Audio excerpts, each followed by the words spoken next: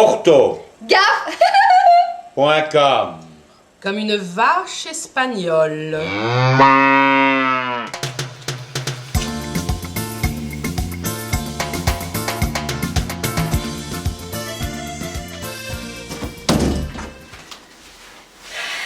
Alors, monsieur l'inspecteur, satisfait? Je ne comprends pas ce voyage en Grèce. Ce quoi? Regardez. Quoi? Je rêve! Mais que se passe-t-il? Il se passe que monsieur s'est payé un voyage en Grèce aux frais de la société et l'autre là-bas qui inspecte, eh ben il a mis le nez dedans! J'avais besoin de décompresser, Madame Bingle. La chair est faible. Mais tu te rends compte? Il faut d'abord sauver la société. Mais comment? Alors, le président est allé en Grèce pour étudier les racines grecques, indispensables à la compréhension de l'orthographe. Voilà. Enfin, tu crois qu'il va gober ça, le fouineur? C'est à nous de le convaincre. Monsieur l'inspecteur, ce voyage en Grèce était indispensable. Imaginez appréhender l'orthographe sans étudier les racines grecques. Et il devait aller en Grèce pour ça. Enfin, allez-y!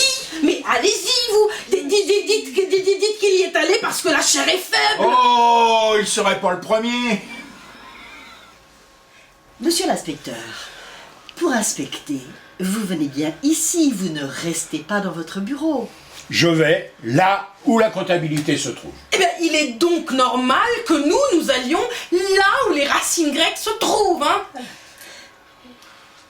Monsieur l'inspecteur, si jamais un jour vous devez fréquenter un gériatre, ce qui arrivera peut-être finalement, hein, eh bien, ne mettez pas de chapeau sur le iâtre, parce que iâtre vient du grec iatros, qui signifie médecin. Or, et vous le savez certainement, le chapeau, c'est la pierre tombale du S, vêtements, veste, forêt, forestier. Vous voyez, comme les Grecs ne disaient pas iastros, il n'y a jamais eu de S. Donc pas de chapeau sur le iâtre de votre gériatre.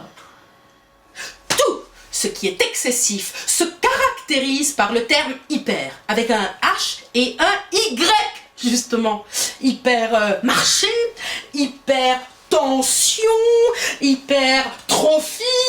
Trophée veut dire nourriture en grec. Hypertrophie, ça veut dire excès de nourriture. Vous voyez ce que je veux dire? Autre exemple, phobos signifie la crainte, la haine. Comme claustrophobie. Et l'urophobie, crainte des petits chats. C'est marrant, je connais ça et je n'ai jamais mis les pieds en Grèce. Fiscalophobie. Vous voyez, on peut même inventer des mots. Je vois. Saviez-vous, monsieur l'inspecteur, que les Grecs avaient 3 mots pour nous désigner? Oui, vous et moi sommes des anères, androi au pluriel, n'est-ce pas? C'est-à-dire des hommes, des mâles.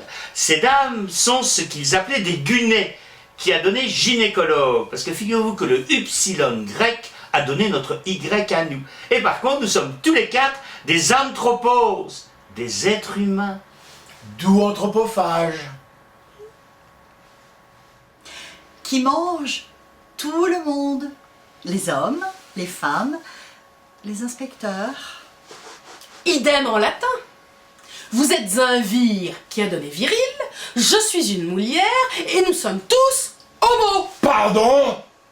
Le terme homosexuel ne vient pas du latin homo, car homo en latin signifie l'être humain dans son ensemble. Donc, à part quelques gugus qui vont aux eaux de Vincennes, si le terme homosexuel venait du latin homo, nous serions tous concernés par la chose.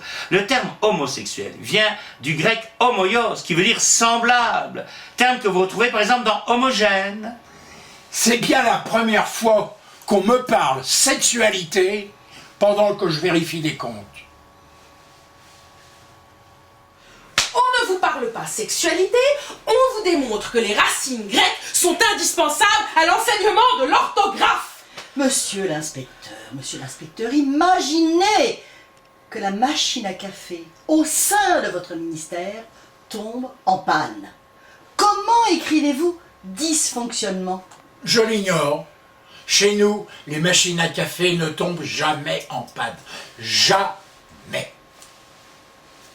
nous avons là deux racines homonymes. Tout d'abord, la racine latine 10, que nous écrivons D-I-S et qui signifie séparer d'eux. Nous la retrouvons dans disproportion, des proportions différentes, distribuée, attribuée à des personnes différentes. Et la racine grecque dus, qui veut dire mauvais état, que nous écrivons nous D-Y-S, puisque le ypsilon, nous l'avons transformé en Y, mot que nous retrouvons par exemple dans dysenterie. Entron, le ventre. Si vous avez une dysenterie, c'est que votre ventre est capoute. Dysfonctionnement, ça fonctionne mal, donc Y. J'en apprends des choses pendant cette inspection.